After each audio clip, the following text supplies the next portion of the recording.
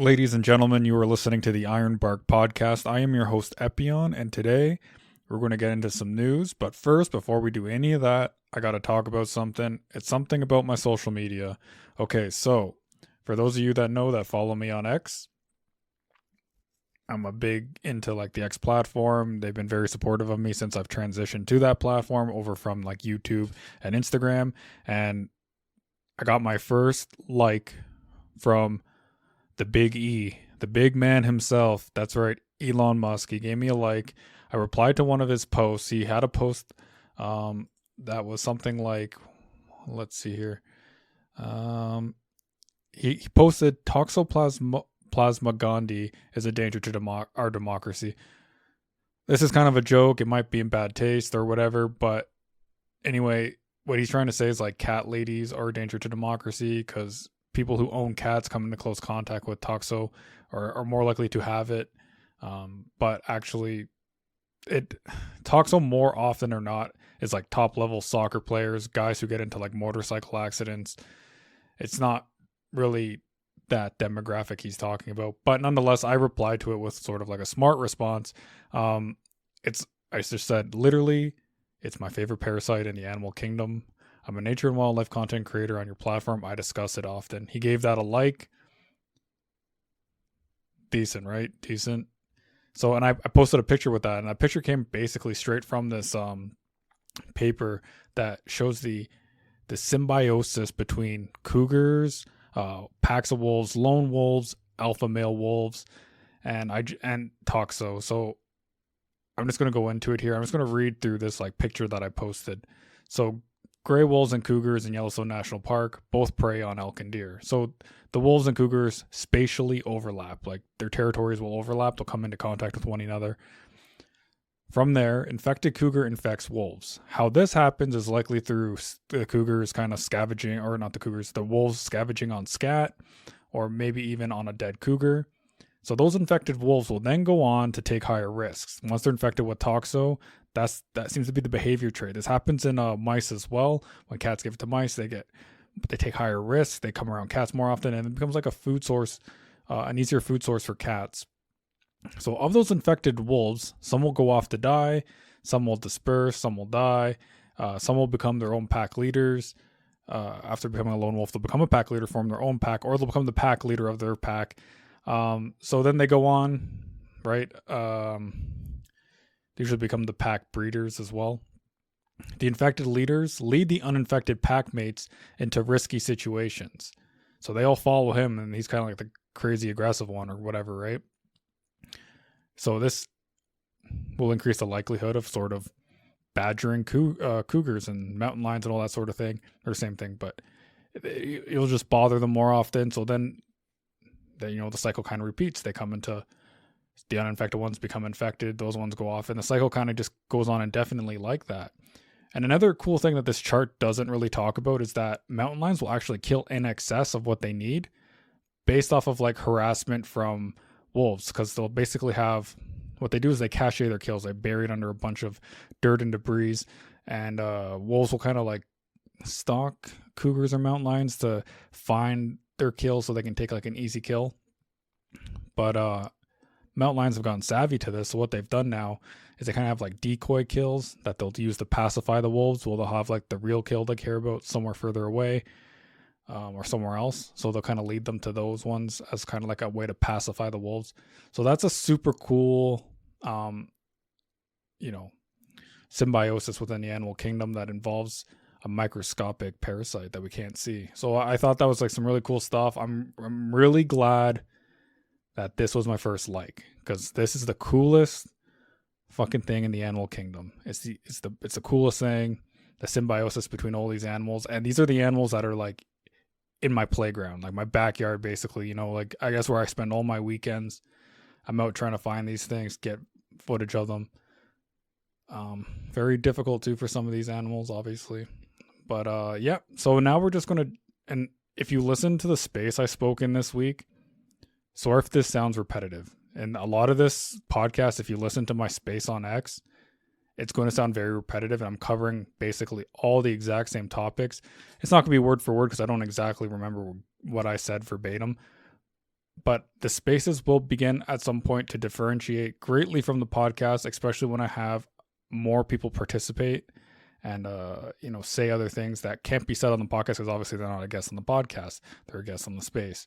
So until I start to get more interaction with people in spaces, the podcast and the spaces are going to sound slightly similar or very similar. So you don't really need to waste your time. If you're a big fan of my podcast and of my content creation, then knock yourself out. You might get additional information, some new little tidbits. I might try to include like other information from this weekend and stuff like that I didn't have in that space. But so now I'm just going to go into some articles, some news articles. They're very interesting articles. Let's see here. The first one I want to talk about is from MSN. So Neanderthal remains discovery challenges history of ancient human relatives. So researchers have announced a discovery that the last Neanderthals and the remains cast new light on the history of the archaic humans. The Neanderthal was found in 2015 in a cave known as Grotto Mandrin in the southern France Rhone Valley. The find is now being reported to scientific literature for the first time. The study is published in the journal Cell Genomics. The authors, to basically, I think I'm just going to try to summarize this for you. They've determined that there's two distinct Neanderthal populations at one point, that they were sort of close to each other, but distinct enough where they didn't interact and they could actually have a genetic difference between the two. So to quote this article here, according to I got to read this part here because it's actually kind of entertaining. The authors, led by Ludovic Slimek, a researcher for Paul Sabater University in Toulouse, France, nicknamed the individual Thorin, a homage to the character in J.R.R. Tolkien's 1937 novel The Hobbit, a dwarf king and the last of his line. The Thorin of Mandarin is, in turn, one of the last Neanderthals, Slimek wrote in this conversation. Okay, well, the last Neanderthal that we have remains for. There could have been some that lasted significantly longer, but nonetheless, there's just a little thing like that in there. After discovering Thorin, the research team analyzed his genome, which revealed surprising insights. According to the paper, Thorin lived in a small, isolated community between 42,000 and 50,000 years ago, one that represents a previously undescribed and particularly ancient Neanderthal lineage. This population seemingly diverged from other currently known late Neanderthals around 100,000 years ago and remained genetically isolated for more than 50,000 years, the author says. So basically this means we have two distinct populations which were isolated long enough to become genetically different. So although they're both Neanderthals, they're genetically distinct groups, and even though they were kind of close together, it kind of shows that Neanderthals didn't travel very often. Is that when they had like their territory, they kind of remained within that boundary, whereas humans were much more all over the place and they would kind of adventure wherever they needed to really go. So it's a pretty cool article. I suggest checking that out and reading the paper on that. The next stuff we're going to get into is going to be involving attacks on people. So if you're kind of sensitive to that sort of stuff, you might want to tune out now. All the people are still alive in these scenarios. So it's nothing too horrible. I think the animals have been euthanized in some of these cases, but we'll see. So here's the article. A young golden eagle attacks a toddler in Norway. It's for such assault on humans. Copenhagen, Denmark. At first, France Airy thought a human was trying to shove him down a steep Norwegian mountainside. Then he saw a golden eagle land. We are staring at each other for maybe a whole minute, Stewart told the Associated Press on Monday. I'm trying to think what's in its mind. He's trying to put his head inside the bird. The bird then attacked Struve 5 more times Thursday, scratching and clawing the 31-year-old bicycle courier's face and arms over 10 to 15 minutes as he sprinted down the mountain. The same eagle is believed to be responsible for attacks on 3 other people across a vast mountainous area of southern Norway over the last week, including assault on a toddler Saturday that required the child to get stitches. The golden eagle, common in Norway and Scandinavia's country's second largest bird of prey, with its wing. What's bigger than a golden eagle? So, typically eats smaller animals as well as foxes and sheep. The toddler and the bird's other victims needed stitches and medication for deep gouges. The bird was killed after the attack on the small child. So they say the golden eagle likely had a behavior disorder that prompted aggression. What else does it say here? What happened is radically different from normal, adding that attacks were likely all by a female eagle born this year. Details in the plumage make me believe it's the same bird. The plumage means that no two golden eagles are alike. He said, adding that in the past, there were favorable weather conditions with high altitude winds for the eagle to fly long distances over southern Norway. So let's see. In the most recent attack, a 20-month-old girl was playing outside and farm in Orkland, a small municipality in the south, on Saturday when the eagle came out of the blue and clawed her. The girl's father, who was not there during the attack, told Norway broadcaster NRK that the mother and the neighbor raced to fight the eagle. The raptor attacked 3 times before it was killed when hit with a piece of wood. Yeah, man, like in those situations, like you're attacking a toddler, like unfortunately, like a lot of people are not going to like when I say this, but I'm a human first type of guy, and if an animal's preying on people, and that's a problematic animal, especially when we're not in its kind of domain, it's in ours. And, I believe in like kind of trying to find harmony with these animals, but every now and then there's going to be a genetic anomaly where it's going to have a tendency to hunt on humans or something like that. And those ones I don't think should persist in the bloodline to continue living, because it'll just create more populations that are hazardous and dangerous to humans. But yeah, that's it. Like if that was happening to me and I was on a mountain way and this bird kept attacking me like repeatedly, I'd be like, I see what they do to goats. Goats are quite heavier than they are, and they're able to throw them off the side of the mountain. That thing was trying to kill them. It was trying to get them off the side of the mountain, make them fall, and then eat them. It's dangerous. Like if you're on like really high up, it's a steep ledge, and there's a chance you could fall if you're like in combat or fighting with this thing. There's a real risk. There is a real risk to you. Don't think for a second that it's just a bird. And then the fact that it had claw marks near his eyes. It was going for his like soft parts, his eyes. How he can see, like that alone, like just the maiming of your eye, like you like you're not going to go blind over a bird, right? Like it's kind of, I don't know. That's a problematic animal.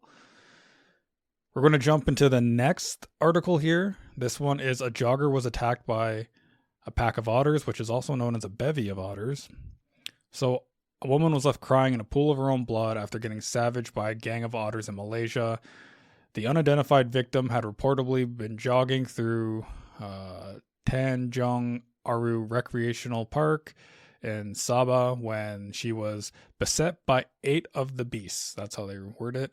Accompanying footage shows that the water weasel Octet, I guess Octet means there was like 8 of them, fleeing the scene after the attack.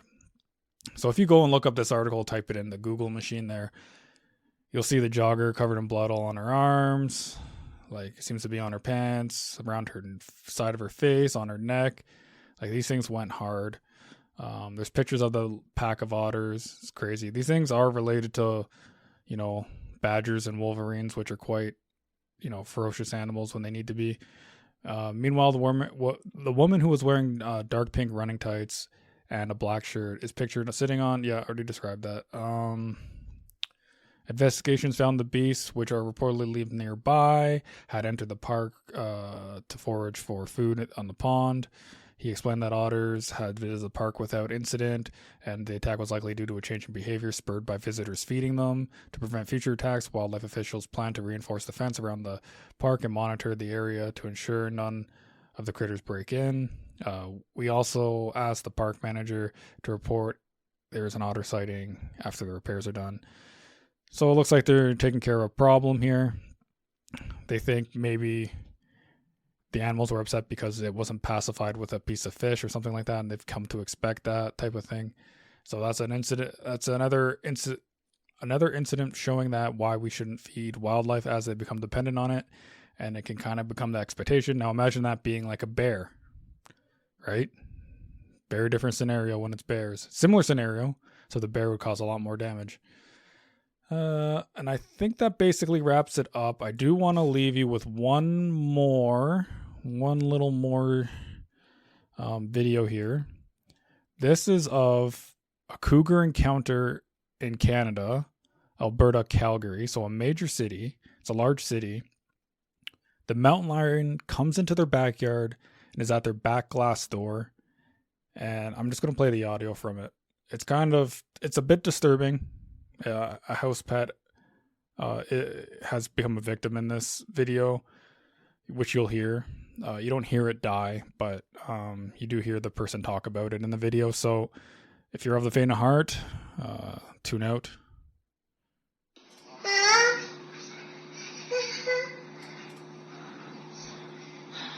Oh my goodness. What is that, Mommy? You get away. Get out of here. What is it, Mom? That is a cougar, and he killed Oreo. It's not Rosie, it's Oreo.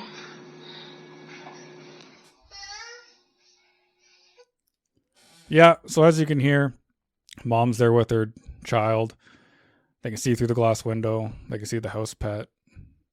Kind of like, I don't know, I guess it just probably like bit it or something to kill it. And the cat seems to be laying there deceased. It's pretty sad. It's an incident of another problematic, wildlife encounter when these mountain lions are coming into cities. There's a lot of mountain range with a lot of like wild goats and stuff like that. So I don't know why they're venturing east, or that would be east. It's kind of interesting. Makes me think like, will eventually mountain lions? So Calgary's basically into the prairie from the mountains.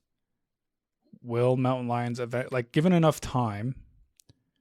In theory, could a mountain lion start to form packs like lions in Africa do and become sort of like a new subspecies of mountain lion where they're kind of like a prairie lion? And maybe they would develop that kind of like pack mentality. I don't know. It's kind of interesting food for thought that's kind of like where the animal would go from there. But that's about it, everyone. That's today I went chasing waterfalls. I went and looked at some waterfalls. That's about all I've done. I'll probably put those posts up. If you check my Instagram story, it's up on Instagram. Follow me on X and Instagram at Nature's Epion, at Nature's with an S, and then Epion is EPYON. Thanks for tuning in, everyone. It's been a blast. I hope you enjoyed this episode. I hope you learned something. I hope it wasn't too gruesome. And I hope you're proud of me for getting my first like from the big E. I'm the little E. He's the big E. Thanks for tuning in, everyone. Thanks for tuning in, everyone. Cheers. Have a good night.